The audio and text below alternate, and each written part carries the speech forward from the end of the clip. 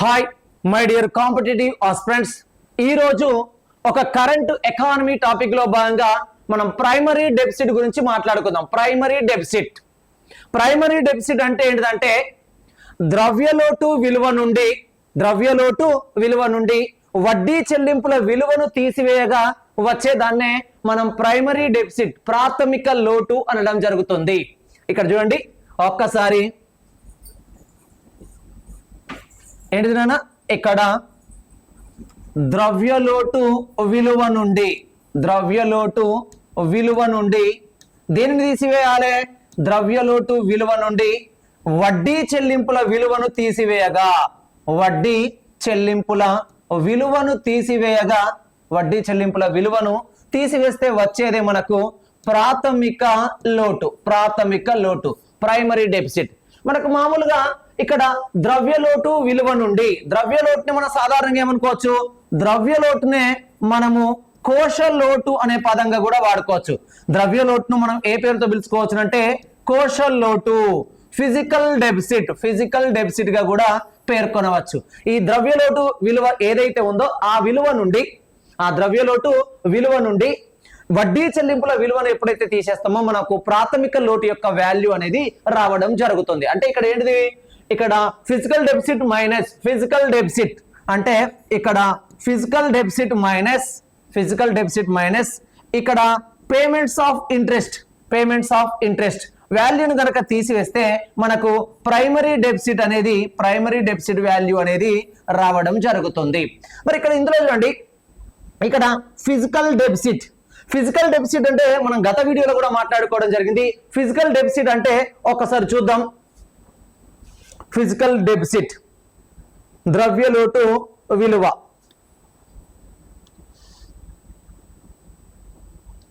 ఇక్కడ మనం physical deficit కోశలోటు అంటే ఏమని చెప్పుకున్నాం? కోశలోటు అంటే బడ్జెట్ లోటు విలువకి మొత్తం రుణాల యొక్క విలువను కలిపితే వచ్చేదే కోశలోటు. ఇక్కడ చూడండి, కోశలోటు ఇజ్ ఈక్వల్ టు బడ్జెట్ లోటు విలువ ప్లస్ ప్రభుత్వం తీసుకున్నటువంటి మొత్తం రుణాల యొక్క విలువను కలిపితే మనకు ఫిజికల్ డెఫిసిట్ వాల్యూ రావడం జరుగుతుంది. మరి ఇక్కడ బడ్జెట్ లోటు అంటే ఏంటిది? మరి మొత్తం రుణాలు అంటే ఏంటిదంటే ఇక్కడ బడ్జెట్ లోటు అంటే ఏంటిది అంటే budget deficit is equal to, అంటే ఇక్కడ మొత్తం రాబడి కన్నా, ప్రభుత్వానికి వచ్చేటువంటి మొత్తం రాబడి విలువ కన్నా ప్రభుత్వం చేసేటువంటి మొత్తం వ్యయాల విలువ కనుక ఎక్కువగా ఉంటాయి, అంటే ప్రభుత్వానికి వచ్చేటువంటి మొత్తం రాబడి విలువ కన్నా ప్రభుత్వం చేసేటువంటి మొత్తం వ్యయాల విలువ ఎక్కువగా ఉంటే దాన్ని బడ్జెట్ లోటు అంటారు. అంటే ఇక్కడ ఏంటిది, మొత్తం వ్యయం మైనస్ ఇక్కడ మొత్తం రాబడి. మన రాబడినే సాధారణంగా వసూళ్లు అనే పేరుతో చెప్పుకోవచ్చు నాన్న. రాబడినే సాధారణంగా మనం వసూళ్లు అనే పేరుతో చెప్పుకోవచ్చు. ఇక్కడ మొత్తం వసూళ్లలో మొత్తం వ్యయంలో ఏముంటాయి? మరి ఇక్కడ total expenditure minus total receipts. అంటే ఇక్కడ ఒక్కసారి చూడండి, total expenditure minus total receipts ఏవైతే ఉంటాయో అవి తీసేసినప్పుడు ఆటోమేటిక్ గా మనకు బడ్జెట్ డెఫిసిట్ అనేది రావడం జరుగుతుంది. మరి ఇక్కడ మొత్తం వ్యయంలో ఏమేమి ఉంటాయి అంటే ఇక్కడ ఒక్కసారి మనం చూసుకున్నట్లయితే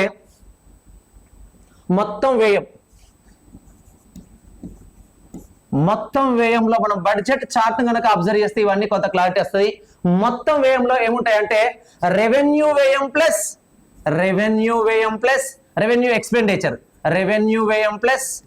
అదే విధంగా మూలధన వ్యయం క్యాపిటల్ ఎక్స్పెండిచర్ అన్నట్టు.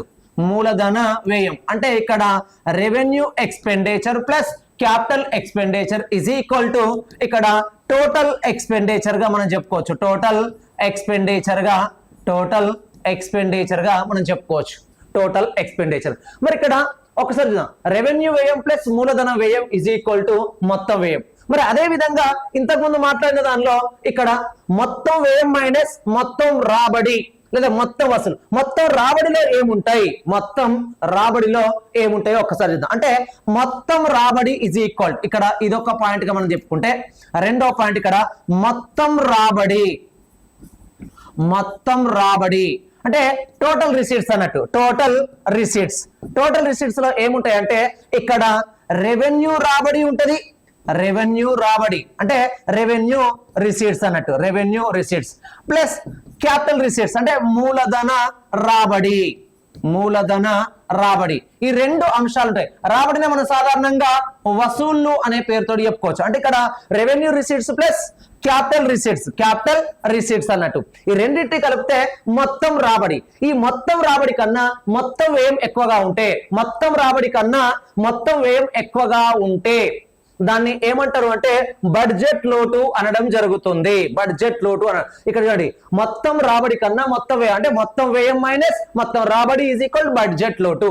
బడ్జెట్ లోటు, బడ్జెట్ లోటు అంటే మొత్తం వ్యయం మైనస్ మొత్తం రాబడి. మరి ఇక్కడ ఇందులో చూసుకుంటే ఈ బడ్జెట్ లోటు విలువకి మొత్తం రుణాల యొక్క ప్రభుత్వము తీసుకున్నటువంటి మొత్తం రుణాల విలువను కలిపితే మనకేమొస్తుంది, కోశలోటు. మరి ఇక్కడ ఆ కోశలోటులో ఎలాంటి అంశాలు ఉంటాయంటే, ఇక్కడ కోశలోటు అనుకున్నాం కదా, సాధారణంగా కోశలోటుని ఏ పేరుతో పిలుచుకోవచ్చు, ద్రవ్యలోటు. అంటే ఆ ద్రవ్యలోటు విలువ నుండి, ద్రవ్యలోటు విలువ నుండి ప్రభుత్వం రుణాలపైన చెల్లించేటువంటి వడ్డీ చెల్లింపుల విలువను తీసివేసినప్పుడు మనకు ఏర్పడేది ఏంటిది అంటే వచ్చేటువంటి లోటునే మనం ప్రైమరీ డెఫిసిట్ అంటారు.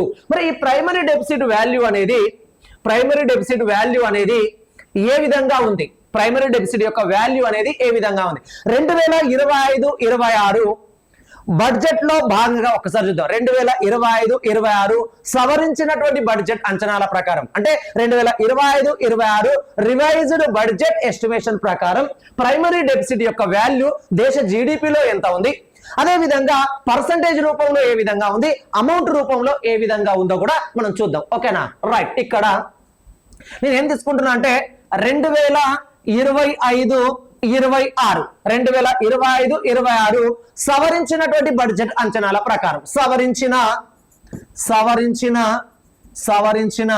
బడ్జెట్ అంచనాల ప్రకారం, సవరించిన బడ్జెట్ అంచనాల ప్రకారం అని తీసుకుంటున్నా. అంటే ఇక్కడ ఏంటిది 2025-26 రివైజ్డ్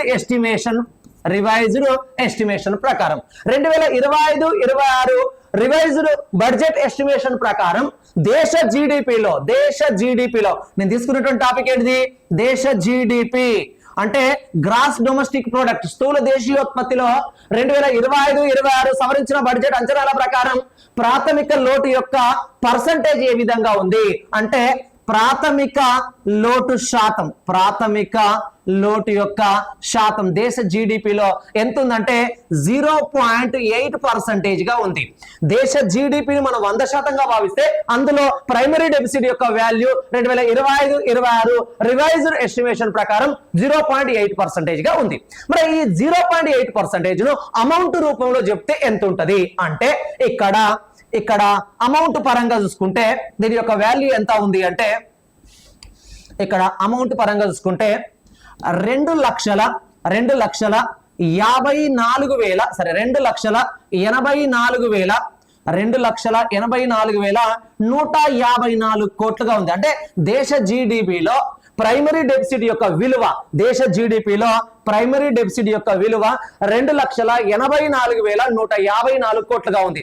దాన్ని పర్సంటేజ్ రూపంలో చెప్తే 0.8% గా ఉంది.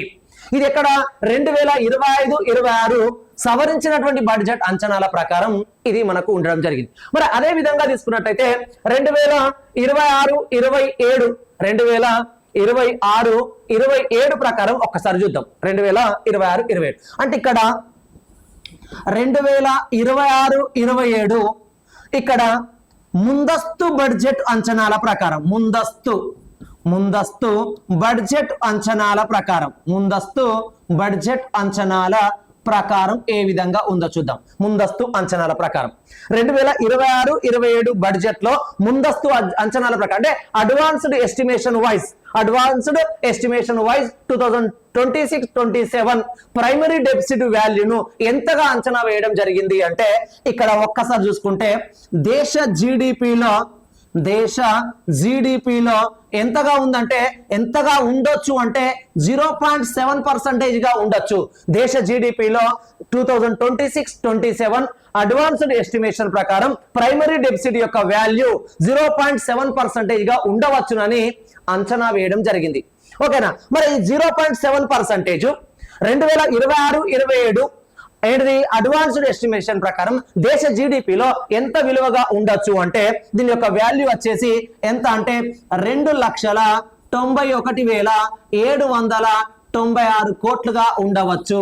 2,91,796 కోట్లుగా ఉండవచ్చునని ముందస్తు అంచనాల ప్రకారం ఇక్కడ అంచనా వేయడం జరిగింది. ఇది ప్రాథమిక లోటుకు సంబంధించినటువంటి ఇన్ఫర్మేషన్. ఓకేనా, మరి దీనికి సంబంధించినటువంటి ఫుల్ పేజ్ సమాచారం ఇంకా భవితా సంతోష్ ఎకానమీ యాప్ లో మీకు దొరుకుతుంది. ఓకేనా, దానికి సంబంధించిన ఇన్ఫర్మేషన్ కానీ బడ్జెట్ కు సంబంధించిన మొత్తం ఇన్ఫర్మేషన్ కానీ ఏపీపీఎస్సీకి ప్రిపేర్ అయ్యే వాళ్ళకి కానీ టీజీపీఎస్సీ ప్రిపేర్ అయ్యే వాళ్ళకు కానీ క్లియర్ కట్ ఇన్ఫర్మేషన్ అందించడం జరుగుతుంది.